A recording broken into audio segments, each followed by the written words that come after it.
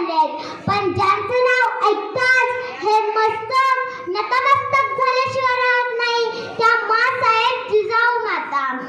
33 कोटी देवांची मंदिरे असतील, पण कोट्यावधी माणसं माझ्या राजाचीच पूजा करतात.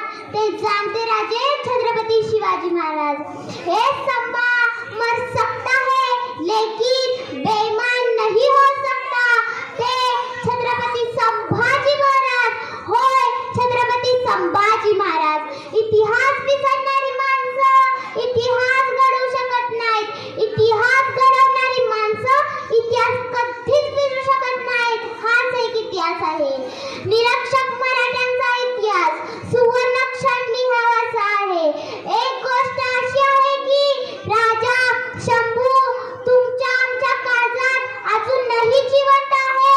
याचीच ही साक्ष आजूबाजूच्या सह्याद्रीची उंची वाढली ती उगाच नाही, कारण या सह्याद्रीच्या पायाशी कित्येक जणांनी स्वतःला गाडलं आणि या सह्याद्रीच्या पायाशी जन्मले ते फक्त शिवराय शंभूराजे.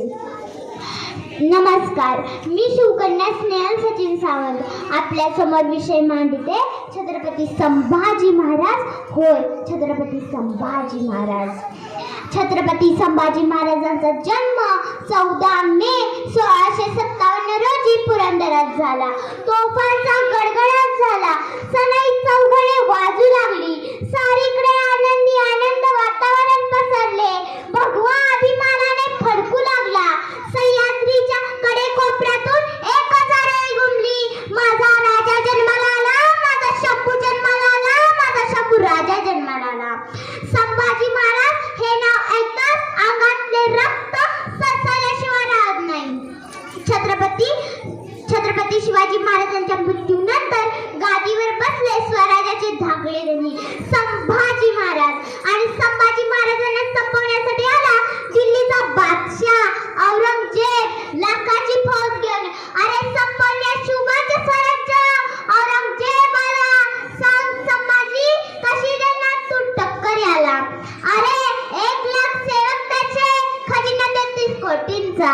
विकत घेण्यासाठी आला कणा मराठी मातीचा.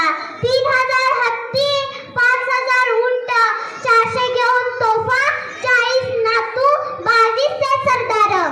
अरे अमीर मनाचा मेळावा, बरदार असे पाऊल, हा भव्य देह दडपून जाई छाती. भल्या भल्याने औरंगजेबाशी पत्करली शरणागती. अरे कुठे हवन्मा, एक झुळकेत विजून जाई येता मोगली हवा. 6 महिन्यांमध्ये शिवरायांचे राज्य जिंकायचे.